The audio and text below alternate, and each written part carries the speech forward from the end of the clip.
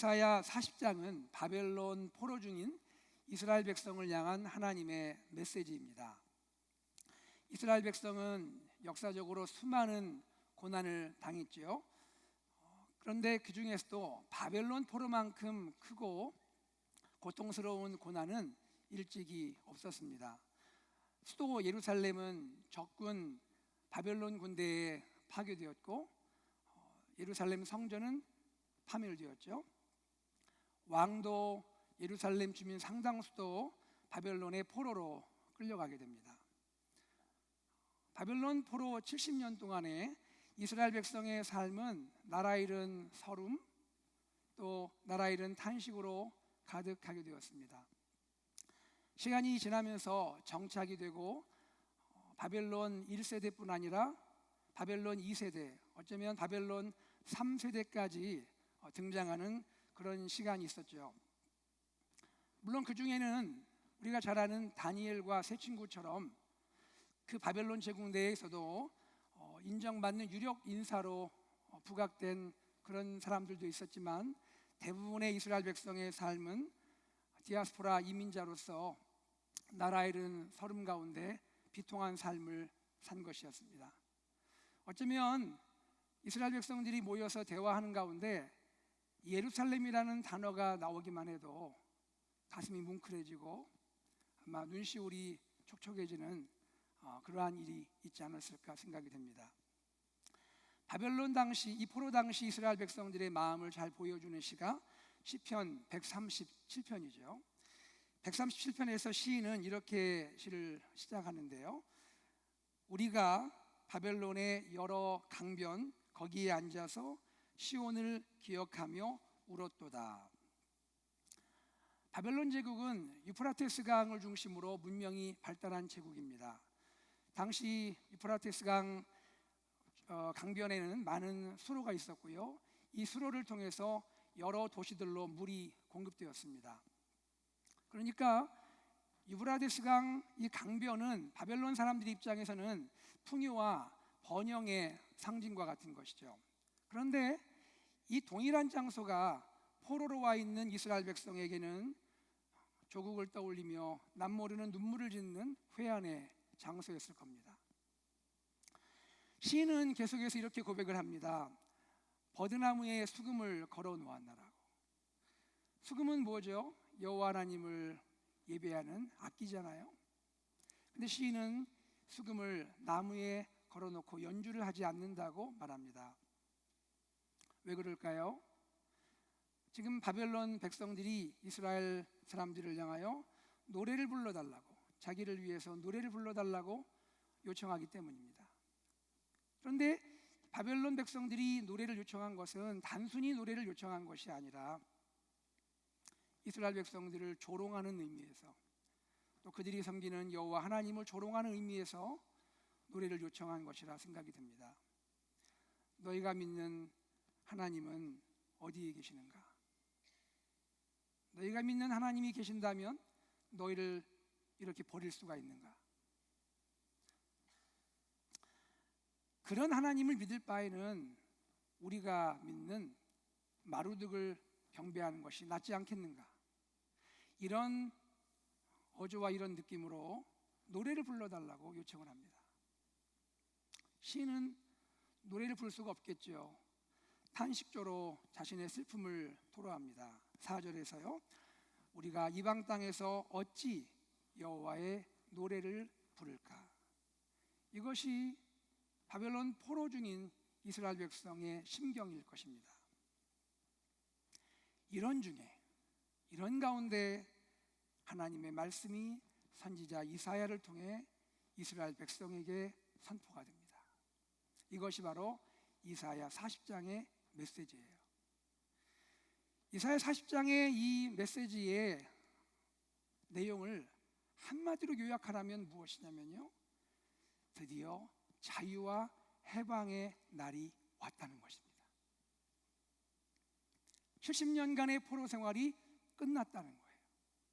본토 예루살렘으로 돌아가라는 것입니다.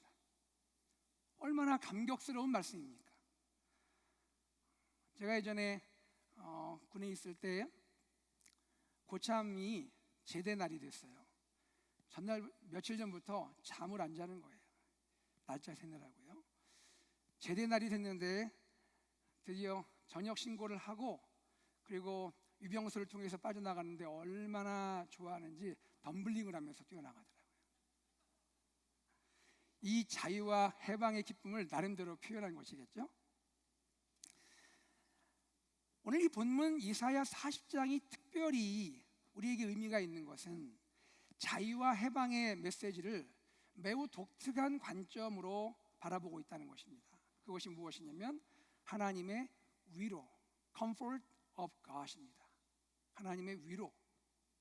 우리 본문 40장 1절 말씀을 같이 읽도록 하겠습니다. 너희의 하나님이 이르시되 너희는 위로하라. 내 백성을 위로하라. 여러분, 이스라엘의 자유와 해방 그리고 하나님의 위로 사이에 어떤 관계가 있을까요?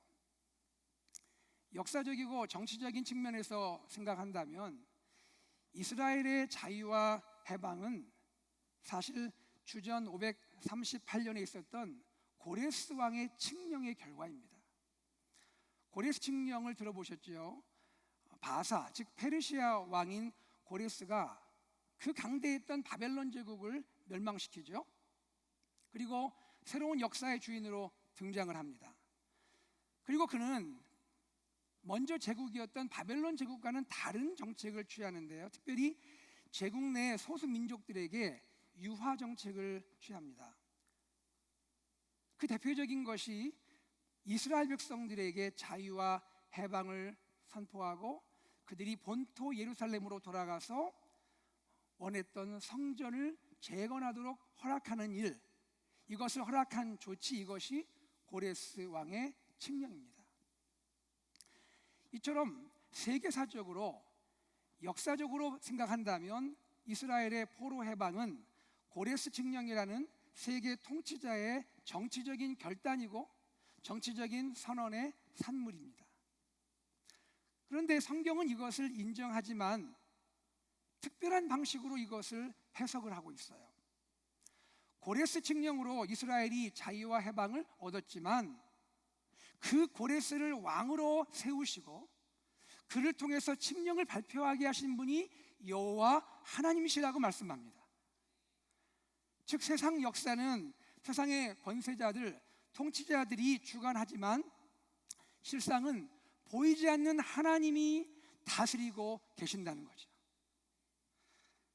그런데 이사야 40장이 우리에게 보여주는 것은 무엇인가요? 하나님이 다스리시는데, 하나님이 세상 역사를 주관하시는데 그 핵심 가운데 하나님의 위로가 있다는 거예요. 다시 말해서 하나님은 세상을 다스리시되 하나님의 위로하심을 통해서 다스리신다는 거예요. 여러분, 이러한 이야기는 출애굽 사건에서도 발견할 수가 있죠. 위대한 출애굽 사건에는 이집트 바로와 대결했던 탁월한 지도자 모세가 있지 않습니까? 그러나 성경이 증언하는 것은 이 출애굽 사건의 중심에 하나님의 다스리심이 있었고 특별히 하나님의 위로하심이 역사했다고 증거하는 것이죠. 바로의 압제하에서 탄식하고 부르짖는 이스라엘 백성의 소리를 들으신 분이 하나님이시고 그들의 조상 아브라함과 이삭 그리고 야곱과의 언약을 기억하셔서 그들을 돌보신 분이 하나님이시고 그들의 고통이 절정에 미쳤을 때 친히 세상에 내려오셔서 그들을 건져주시고 구원하신 분이 여호와 하나님이라고 말씀하고 있습니다. 이 하나님이 모세를 예비하셨고 때가 되어 모세를 이스라엘의 인도자로 보내신 것입니다. 이처럼 출애굽의 위대한 구원 드라마의 중심에는 자기 백성을 위로하시는 하나님이 계셨던 것이죠. 그러면 하나님의 위로는 구체적으로 어떻게 역사하는가? 오늘 이사야 40장을 통해서 세 가지를 생각하고자 합니다. 첫째는 하나님은 징계 속에서도 위로를 계획하십니다. 특별히 본문 40장과 그 앞에 있는 39장을 비교해 보면 이 부분이 드러나는데요. 39장의 내용은 이렇습니다. 여러분 히스기야 왕을 기억하시죠? 히스기야 왕은 이스라엘 멸망 한참 전의 사람이죠. 히스기야 왕이 적절치 못한 처신을 하게 됩니다. 이 일로 인해서 하나님께서 그 당시 선지자였던 이사야를 통해서 이스라엘이 바벨론 포로를 경험하게 될 것임을 선언하십니다. 그리고 오늘 본문 40장에서는 국면이 갑자기 전환되죠. 하나님께서 포로 중인 이스라엘을 향해서 자유와 해방을 선언하는 내용이 나옵니다. 다시 한번 비교합니다. 39장과 40장 이번에는 시대를 한번 비교해 볼게요. 말씀드린 대로 이사야 39장은 히스기야 왕의 시대에 이사야가 예언한 말씀입니다. 앞으로 예루살렘이 멸망하고 바벨론 포로가 시작될 것이다. 이에 반해서 40장은 마치 바벨론 포로가 한참 진행 중인 것 같은 그런 상황이죠. 바벨론 포로 70년이 마무리되는 시점에서 외쳐지는 그런 말씀처럼 보입니다. 요점은 무엇인가요? 39장의 심판 선언과 40장의 위로의 선언 모두 역사적으로는 예루살렘 멸망과 바벨론 포로 전에 이루어진 사건들이란 말입니다. 제가 드린 말씀대로 39장도 40장도 이사야 선지자를 통하여 외쳐진 하나님의 메시지입니다. 여러분 참고로 현대 성경 비평학자들이 있어요. 성경을 인간의 이성을 가지고 해석하려고 하고 그것을 조합하려고 하는 비평학자들이 있는데 이 비평학자들 중에는 이런 주장을 하는 분들이 있습니다. 이사야는 원래 두 권의 책이다. 이사야 1장부터 39장까지가 한 권의 책이고 40장부터 66장까지가 두 번째 책이다. 그래서 각 저자가 다를 수 있다라고 말합니다. 내용이 다르다는 것이고요. 앞에 부분은 심판이고 뒤에는 위로라는 것이죠.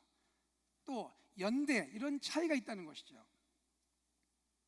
그럴듯해 보입니다. 그러나 우리는 무엇을 믿습니까? 우리는 다른 시대일지라도 시대를 초월하여 말씀하시는 예언적 선포의 하나님을 믿지 않습니까? 만약에 이사야의 저자가 두 사람이라 한다면 그리고 내용이 달라서 그랬다면 뒷부분은 앞의 내용 근거 없이 갑자기 등장하는 메시지일 수밖에 없죠. 우리는 두 저자라 생각할 필요가 없습니다. 더욱이 사회사본에서 발견된 이사야서 두루마리가 증거가 되는데요. 이사야서의 이 방대한 내용에도 불구하고 발견된 두루마리는 단 하나였습니다. 제가 여러분에게 무슨 말씀을 드리고자 합니까? 동일한 선지자를 통해서 하나님은 심판을 예언하시고 하나님 위로를 말씀하십니다. 심판을 작정하신 하나님은 이미 위로도 예비하신다는 것이죠. 하나님은 징계 속에서도 위로를 계획하신다는 것입니다. 사랑하는 성도 여러분, 우리의 삶을 한번 돌아봅시다. 우리의 삶의 때로 하나님의 징계가 임할 수가 있습니다. 우리의 삶에 고난이 찾아올 수 있습니다. 그럴 수 있죠. 왜요? 하나님 우리를 사생아처럼 생각하지 않고 사랑하는 아들로 여기시기 때문에 우리를 돌이키기 위해서 때로 징계하실 때가 있습니다. 여러분 그럴 때 낙심하지 마시기를 바랍니다. 하나님은 징계 가운데 이미 하나님의 풍성한 위로를 예비하시고 계획하셨음을 믿으시기를 바랍니다. 둘째, 하나님은 부드러움으로 위로하십니다. 포로 이스라엘을 향한 하나님의 위로의 특징이 부드러움이세요. 이사야 40장 2절 앞부분을 한번 읽어보겠습니다. 너희는 예루살렘의 마음에 닿도록 말하며, 너희는 예루살렘의 마음에 닿도록 말하며. 마음에 닿는다. 여기 마음이 원어적 의미로 심장입니다. heart. 마음에 닿도록 말한다. 심장에 와 닿도록 말한다. 부드럽게 말한다. 정겹게 말한다는 뜻이죠. ESV에는 speak tenderly to Jerusalem 라고 되어 있습니다. 무슨 말입니까? 너희는 고난 중에, 바벨론 포로 중에 이스라엘을 위로하되 그들의 심장에 와닿도록 부드럽게 정답게 말하라. 여러분, 사실 포로 이스라엘을 생각하면 이런 위로, 부드럽고 정다운 위로를 받을 자격이 있나요? 아니죠. 그들은 이런 위로를 받을 자격이 없어요. 바벨론 포로의 근본 원인이 무엇인가요? 그것은 그들의 죄악 때문입니다.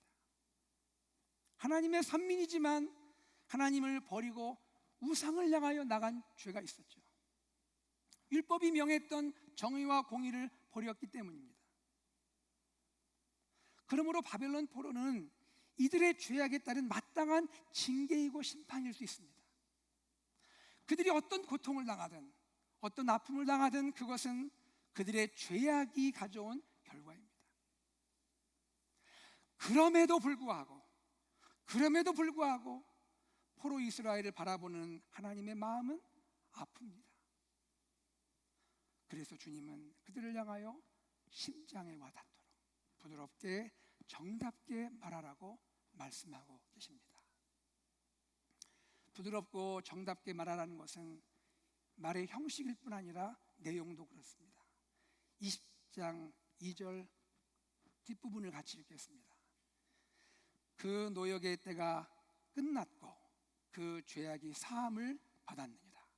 여호와의 손에서 벌을 배나 받았느니라 할지니라. 주님이 세 가지 부드러운 정겨운 말씀을 하시는데요. 첫째는 나의 백성의 노역의 때가 끝났다고 말씀하세요. 포로의 기간 동안 얼마나 고통스러웠는가. 그런데 내 백성이여, 너희들의 고통의 시간이 끝이 났다. 여러분, 우리 생활하면서 이런 거 경험하죠. 고난이 있을 때 고난의 끝이 있다는 것이 우리에게 얼마나 소망이 됩니까? 우리 주변에는 끝이 없는 것 같은 고통당하는 분들이 많이 계시잖아요. 고통도 힘들지만 끝이 안 보이는 것 같은 이 상황이 너무너무 힘들게 하는 것이죠. 우리가 특별히 우리 주위의 환우분들을 위해서 기도해야 합니다. 고난당하는 성도들을 위해서, 예기치 않은 고난당하는 성도를 위해서 기도해야 합니다. 하나님, 사랑하는 환우들, 또 예기치 않은 고난을 통해 끝이 없어 보이는 이 고난을 당하는 사랑하는 우리 성도님들을 위로해 주십시오. 하나님, 축복해 주십시오. 회복해 주십시오. 그리고 그분들에게 끝이 있도록 하나님 역사하여 주시옵소서. 이것이 우리의 기도해야 할 줄로 믿습니다. 하나님은 또 말씀하세요. 이스라엘 백성의 죄악이 사함을 받았다고 말씀하십니다. 바벨론 포로의 근원적인 문제가 무엇이었죠? 죄악 아니었습니까? 주님은 그 죄가 사해졌다고 말씀하십니다. 마가복음 2장의 중풍병자를 향해 주님이 말씀하신 것이 연상이 돼요. 작은 자야, 너의 죄 사함을 받았느니라. 세 번째로 주님은 또 어떻게 정겹게 부드럽게 말씀하십니까? 여호와의 손에서 벌을 배나 받았다고 말씀하세요. 여러분, 포로 70년의 기간은 죄악에 따른 마땅한 징계의 기간이죠. 그런데 하나님은 내 백성이 벌을 배나 받았다, 2배나 받았다고 말씀하십니다. 이게 무슨 이야기일까요? 저는 이 말씀 묵상하면서 누가복음 15장에 있는 탕자의 아버지가 떠오르더라고요. 아직도 거리가 멉니다. 아버지가 먼저 그를 바라봤습니다. 치근한 마음이 올라왔어요. 달려갔습니다. 그리고 목을 안고 입을 맞췄습니다. 아버지, 이렇게 말씀하세요. 이 내 아들은 죽었다가 다시 살았으며 내가 잃었다가 다시 얻었노라. 여러분, 그런데 이 스토리를 우리가 알기 때문에 잘 생각하면 이것은 대단한 과장입니다. 과장법이에요. 세상에서 방탕한 삶을 살다가 아들은 망해서 돌아온 것뿐이에요. 그런데 아버지는 뭐라 말씀합니까? 죽었다가 다시 살아났다고 말씀하세요. 스스로 떠났다가 돌아온 것뿐입니다. 그런데 아버지는 내가 잃었다가 다시 얻었다고 말씀합니다. 과장처럼 말씀하시는 하나님, 이게 단지 하나님의 과장일까요? 저는 그렇게 생각 안 합니다. 하나님의 마음 깊은 곳에 있는 사랑과 위로이라고 믿습니다. 특별히 위로에 당하는 히브리어가 나함입니다. 나함. 이 나함의 특징은 이런 것입니다. 고난 중에 하나님 백성에게는 하나님께서 부드러움으로 정겨움으로 다가가지만 하나님 백성을 압제하고 대적하는 원수에게는 크고 두려움으로 다가가시는 거예요.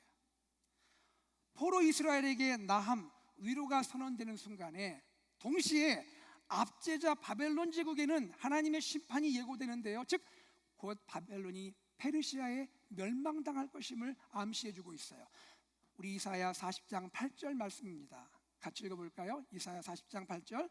풀은 마르고 꽃은 시드나 우리 하나님의 말씀은 영원히 서리라 하라.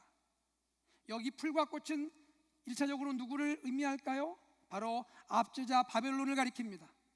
바벨론의 제국이, 그 권세와 영광이 풀처럼 꽃처럼 영화로웠지만 곧 시들 것이다. 그러나 하나님의 말씀은 영원할 것이다. 믿으십니까? 위로, 나함의 궁극적인 완성은 무엇일까요? 그것은 우리 주 예수 그리스도의 십자가의 사랑입니다. 주님은 죄악 가운데 고통당하는 이 세상의 모든 삶의 한계와 어려움으로 고통당하는 그분의 사랑하는 모든 백성들을 부드러움과 정겨움으로 십자가 사랑으로 위로해 주십니다. 그러나 동시에 하나님의 백성을 압제했던 모든 사단과 마귀의 권세, 공중권세 잡은 모든 악한 자들을 주님은 그분의 능력의 권세를 가지고 멸망시키고 그들을 파괴시키는 분이십니다. 주님은 부드러우면서 능력이 있으신 위로자이십니다. 이 주님이 오늘 우리 가운데는 성령으로 오셔서 보혜사 곧 위로자 성령께서 우리 삶이 함께 하시고 우리를 위로하시고 우리를 억압하는 모든 악한 영들을 무찌르심을 믿으시는 여러분 되기를 주의 이름으로 축복합니다. 셋째, 참된 위로는 하나님의 함께 하심입니다. 참된 위로는 다른 것이 아니에요. 하나님이 나와 함께 하시는 거예요. 이스라엘은 이제 포로에서 해방되어서 본토 예루살렘으로 돌아갈 것입니다. 그런데요, 그 길 또한 만만치가 않아요. 포로에서 끝나서 비행기 타고 넘어가는 게 아니잖아요. 거리가요, 바벨론에서 예루살렘까지 1500km 정도 됩니다. 제가 계산해 보니까 LA에서 뉴욕을 계산할 때 그 미국 동서 횡단의 4분의 1 거리입니다. 지금이야 교통수단이 발달돼서 금방 넘어가지만 이 오래전에 이 시대 가운데 해방돼서는 기쁜데 그 길을 걸어가려니 이것도 보통 문제가 아니잖아요. 상태가 좋지 않습니다. 광야가 나오고 사막이 나옵니다. 산도 지나야 되고 골짜기도 지나야 합니다. 평탄한 여정이 아니에요. 그런데 하나님은 이렇게 위로하십니다. 나의 위로는 포로에서 해방되는 것뿐 아니라 해방된 나의 백성이 본토 예루살렘으로 걸어가는 그 모든 긴 험한 여정 가운데도 내가 그들과 함께 할 것이다. 귀한 하는 예루살렘을, 이 이스라엘 백성을 주님은 어떻게 위로하십니까? 첫째로 나는 나의 백성과 함께 귀환할 것이다 말씀하시는 거죠. 여러분, 해방되어서 예루살렘으로 돌아가는 귀환하는 이스라엘의 소원이 있다면 무엇일까요? 돌아가서 무너진 성을 다시 중수하고 무너진 성전을 재건하는 것, 그것이 그들의 가장 간절한 소원 아닙니까? 그런데 잘 생각해 보면 성을 재건하는 것도 귀하고 성전을 재건하는 것도 귀하지만 더 중요한 것이 있어요. 정말 이스라엘이 원해야 할 소원이 있습니다. 무엇일까요? 성이 다시 쌓아지고 성전이 재건되는 것. 그러나 그럼에도 불구하고 그곳에 왕이 계시지 않는다면, 왕이 함께 이들과 함께 귀환하지 않는다면 그것이 다 무슨 소용이 있습니까? 왕이 함께하지 않는 귀환, 그것은 의미가 없는 거예요. 그런데 하나님이 이렇게 선언하시죠. 40장 5절입니다. 40장 5절 같이 읽겠습니다. 여호와의 영광이 나타나고 모든 육체가 그것을 함께 보리라. 이는 여호와의 입이 말씀하셨느니라. 무엇을 뜻합니까? 모든 육체가 하나님의 영광을 볼 것이다. 단지 예루살렘이 멸망한 것이 아니고 성전이 무너졌던 것이 아닙니다. 이스라엘의 하나님도 떠나셨던 것이죠. 그런데 백성들이 해방되어서 본토로 돌아올 때 떠나셨던 하나님도 그들과 함께 귀환하여 예루살렘에 돌아오실 것을 말씀하고 있는 것이죠. 이것은 바벨론 포로 이후에 이스라엘의 진정한 회복을 가리킵니다. 그리고 궁극적으로는 고통 가운데, 고난 가운데 신음했던 백성들에게 드디어 진정한 왕이신, 진정한 주이신 메시아 예수님이 강림하시고 그분으로 인해서 하나님 나라가 이 땅에 임할 것임을 말씀하는 예언적 선포임을 믿으시기를 바랍니다. 요한복음 1장 14절은 그러므로 이렇게 주님을 말씀하죠. 말씀이 육신이 되어 우리 가운데 거하심에 우리가 그의 영광을 보니 아버지의 독생자의 영광이요 은혜와 진리가 충만하더라. 얼마나 감사합니까? 오늘 우리는 오신 왕이신, 오신 메시아이신 예수님을 우리의 구주로 영접했습니다. 우리 안에 계십니다. 우리 안에 계신 주님이 우리와 함께 동행하십니다. 이스라엘 백성의 여정에 함께 하신 하나님이 우리를 해방시키고 우리를 구원하실 뿐 아니라 우리가 장차 하나님 나라 천국에 이를 때까지 이 땅에서의 삶 가운데 우리와 동행하심을 믿으시는 여러분 되기를 소망합니다. 우리가 할 일이 있다면 왕이 함께 귀환하시기 때문에 왕이 귀환하실 수 있도록 그 길을 평탄케 하는 일을 해야겠죠. 골짜기는 높여지며 산과 언덕은 낮아져야 되고 험한 곳은 평탄하게 되어야 합니다. 이것은 단지 길뿐이 아니죠. 백성들 안에, 포로 생활하면서 있었던 백성들 안에 있던, 또 그 전부터 있던 교만한 모든 산과 언덕은 낮아져야 되고 무너지고 상처 입고 상했던 그들의 낮은 자존감은 높아져야 합니다. 주님이 그것을 하실 것입니다. 오늘 우리들도 주님이 우리 안에서 함께 동행하시고 우리의 왕이 되어 통치하시기 위해서 우리의 마음 가운데 높아진 것은 낮아져야 되고 낮아진 것은 다시 세워져야 할 줄로 믿습니다. 주님이 이 일을 하실 줄로 믿습니다. 주님은 또한 우리를 어떻게 동행하시며 인도하시나요? 주님은 선한 목자로서 그의 백성을 돌보신다고 말씀하세요. 40장 11절입니다. 다 같이 읽겠습니다. 그는 목자같이 양떼를 먹이시며 어린 양을 그 팔로 모아 품에 안으시며 젖먹이는 암컷들을 온순히 인도하시리라. 주님은 인도하실 뿐 아니라 백성들이 어느 곳에 있든지 선한 목자가 되셔서 그들을 돌보시고 그들을 지키시고 함께 하심을 말씀해 주고 계십니다. 성도님들, 주님이 여러분과 함께 하십니다. 여러분의 선한 목자이십니다. 삭구는 이리가 올 때 버리고 달아나지만 우리 주님은 우리를 위해서 십자가의 생명까지 주신 선한 목자이십니다. 주님이 우리와 함께 하심을 믿습니다. 하나님의 위로가 적용되고 있습니다. 40장 9절입니다. 40장 9절 말씀 같이 읽죠. 아름다운 소식을 시온에 전하는 자여, 너는 높은 산에 오르라. 아름다운 소식을 예루살렘에 전하는 자여, 너는 힘써 소리를 높이라. 두려워하지 말고 소리를 높여 유다의 성읍들에 이르기를 너희의 하나님을 보라 하라. 무슨 뜻입니까? 하나님의 자유와 해방, 하나님의 위로를 시온 곧 예루살렘 하나님의 백성들에게 알리라. 그리고 그들을 향하여 이 세상 무엇도 아닌 왕이신 너희의 하나님을 바라보라고 외치라. 이것이 하나님의 위로의 적용적 선포입니다. 오늘 우리에게 이 말씀을 적용해 보기 원합니다. 이 위로의 하나님, 백성을 위로하시고 구원하시고 돌보시는 이 하나님 우리가 어떻게 누리고 살아야 할까요? 첫째로 우리는 선교와 전도에 헌신해야 합니다. 선교 전도가 뭐예요?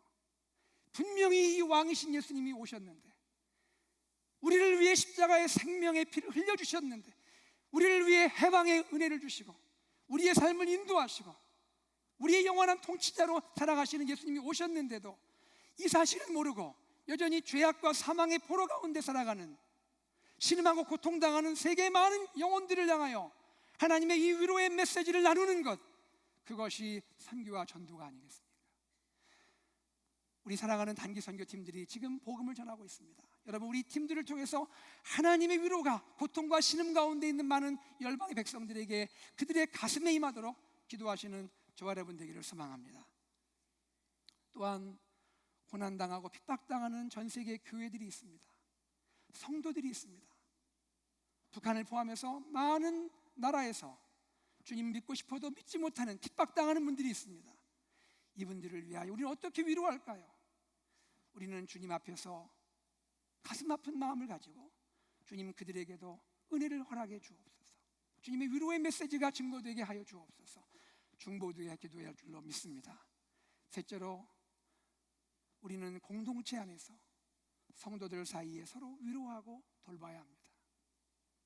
환우들이 있죠. 예기치 않은 삶의 고난을 겪어서 말 못하는 눈물을 흘리며 고통당하는 우리 형제와 자매가 우리 주위에 있습니다. 위로해야 합니다. 우리가 위로받았기 때문에 위로해야 합니다. 성도 간에 서로 위로해야 합니다.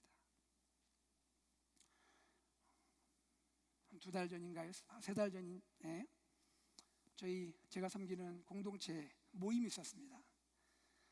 다목적실에서 모임을 했는데 준비하고 같이 모이고 예배하고 레크레이션하고 즐거운 시간 가졌어요. 그리고 저에게 목사님 한 말씀 해주세요 해서 무엇을 얘기할까, 하나님 뭐라고 말할까요? 라고 생각하는데 마음에 이런 생각이 딱 드는 거예요. 감사하다고 말씀드려라. 이렇게 말씀드렸습니다. 성도님들, 부족하지만 저는 공동체 목사로서 여러분들에게 위로해주고 위로하고 그렇게 사역했다고 생각했는데, 돌아보니 제가 위로한 것이라기보다도 여러분을 통해서 제가 위로 많이 받았네요. 여러분 고맙습니다. 인사했습니다. 목회자도 위로가 필요하죠. 그뿐 아니죠. 서로 우리 성도 간에 위로가 필요하죠. 왜? 우리는 연약한 존재들이기 때문입니다. 주님 말씀하시죠. 서로 불쌍히 여기라, 서로 긍휼히 여기라. 우리 가정과 교회 공동체 안에 하나님의 긍휼히 여기는 마음, 하나님의 위로의 마음이 있어서 서로 사랑하고 세워주고 격려하고 하나 되는 아름다운 가정, 아름다운 우리 교회 공동체 되기를 주의 이름으로 축복합니다. 제가 남아공에 있을 때에 선교사님들 몇 분이 남아공에 위에 있는 짐바브웨라는 나라로 나흘간 집회를 인도하러 가셨습니다. 여러분, 짐바브웨라는 나라 들어보셨죠? 짐바브웨가 예전에 한때 물가가 너무 올라가지고 007 가방에 돈 그냥 그 짐바브웨 달러 가득 채워가지고 빵 하나 사는 그런 나라였잖아요. 그렇지 않아도 위로가 필요한 아프리카 국가인데 독재자가 등장해서 말할 수 없는 어려움 가운데 놓여 있었거든요. 그곳을 하나님이 은혜 주셔서 선교사님들이 그곳에 가서 집회를 인도하셨습니다. 짐바브웨 수도 하라레에서 조금 떨어진 농촌 지역에서 집회를 인도하는데 선교사님이 이런 말씀을 나중에 보고해 주셨어요.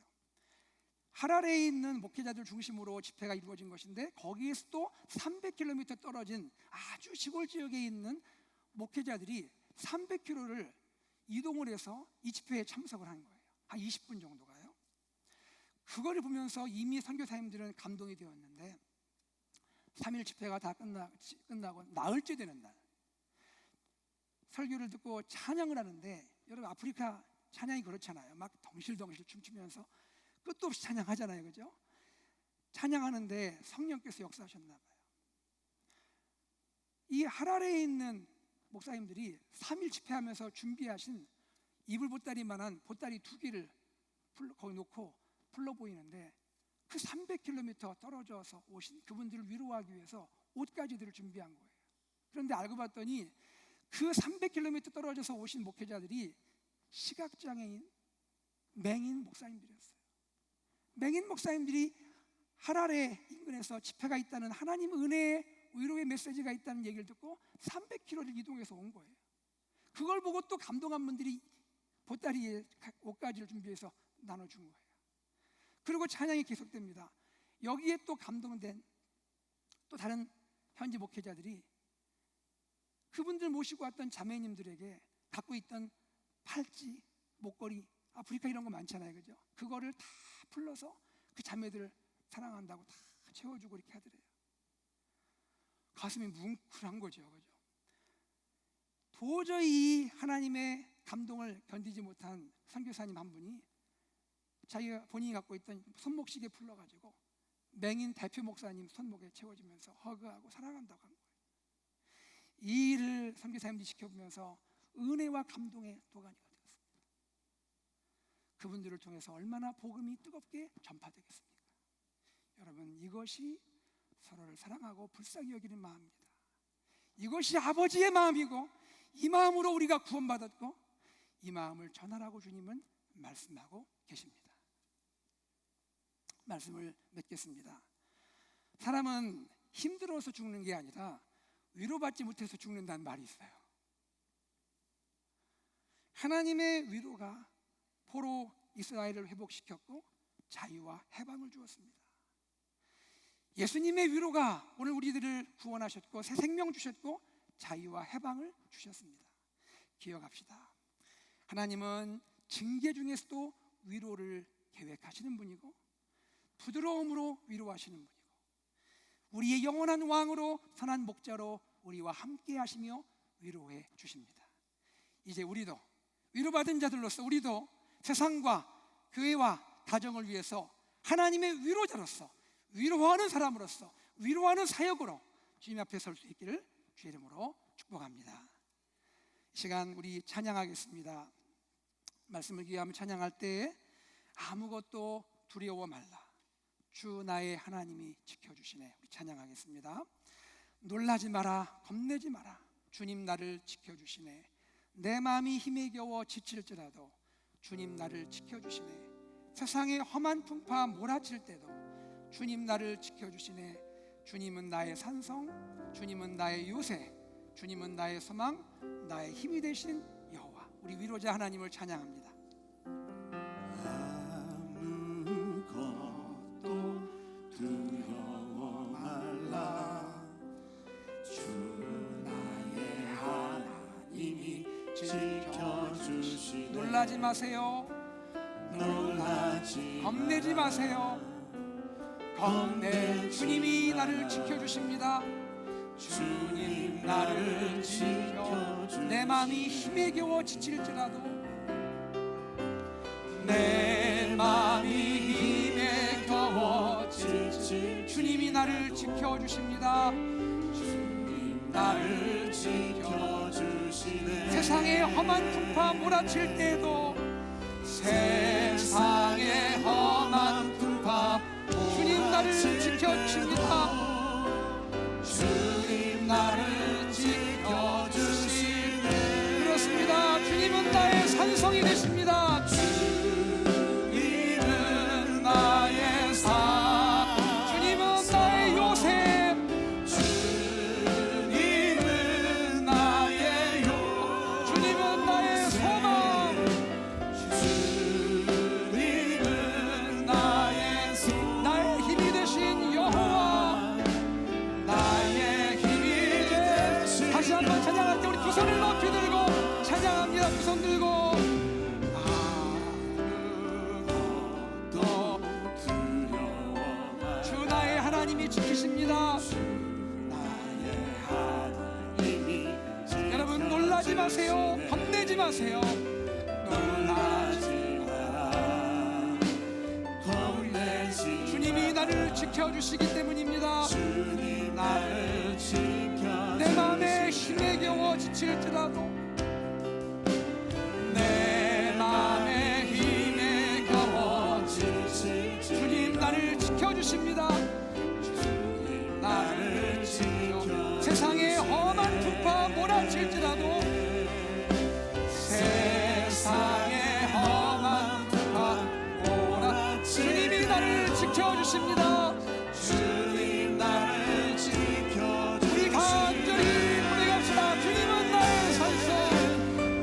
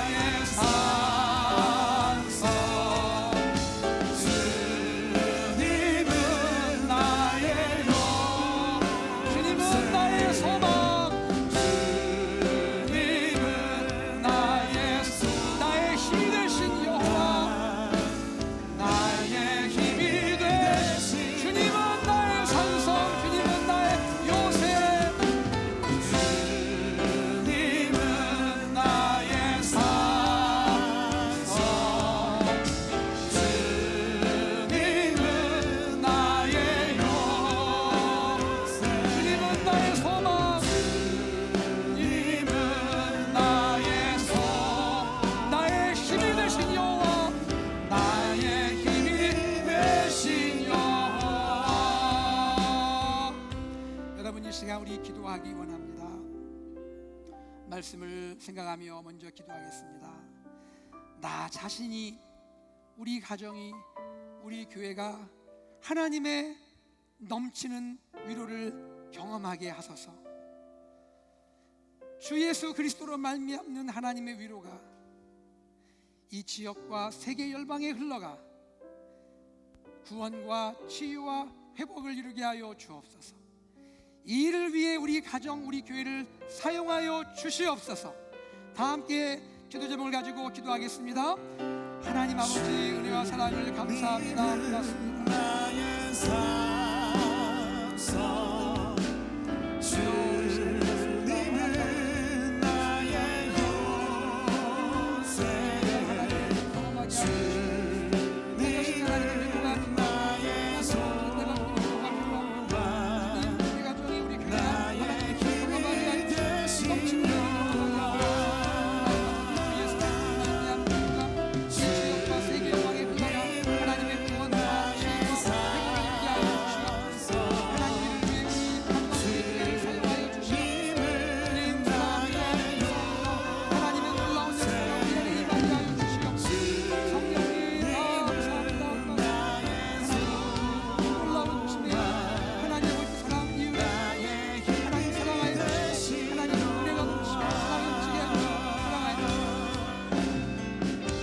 다시 한번 기도하겠습니다. 시간 기도할 때는 지금 단기 선교 중에 있습니다. 우리 단기 선교 사역하는 팀들, JG 일본, 강령 포틀랜드, 인도 차이나 팀, 하나님 축복하여 주셔서 복음과 주의 사랑, 주의 위로가 능력 있게 증거되고 전파되게 하여 주시옵소서. 하나님 아버지, 이번 여름에 진행되는 어린이 여름 캠프 지금 진행 중에 있는데, 이 캠프를 통하여 하나님 어린이들의 마음 가운데 하나님의 사랑과 하나님의 은혜와 하나님의 축복과 위로와 복음이 다시 한번 심어짐이 확인되는 귀한 여름 캠프 되게 하여 주시옵소서. 다 함께 시간에 단기 선교와 어린 여름 캠프를 위해서 주님께 기도하겠습니다. 하나님 아버지, 주님께 감사를 드립니다. 아버지 고맙습니다. 아버지 고맙습니다. 아버지 고맙습니다.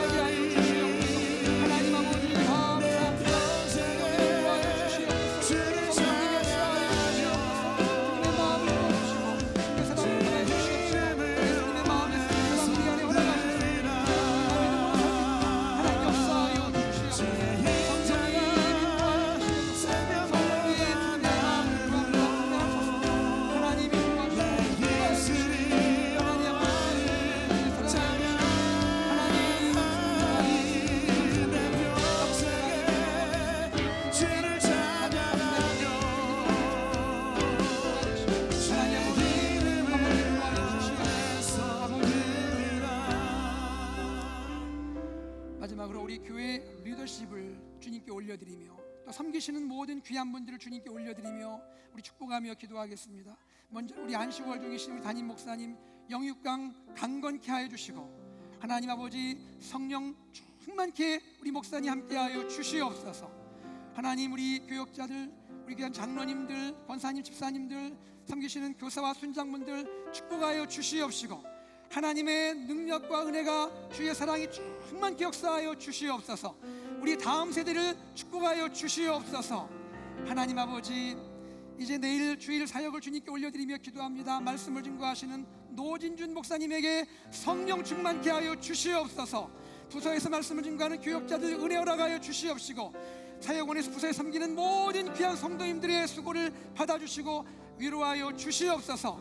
하나님, 우리 교회에 하나님의 위로를 간구하는 환우들이 계시고 고난 중에 성도들이 있사오니 주여 축복하시고 고치시고 회복시키시고 하나님이여 그 고통의 끝을 허락하여 주시옵소서.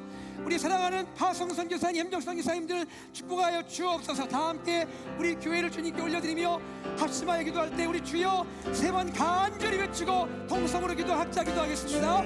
주여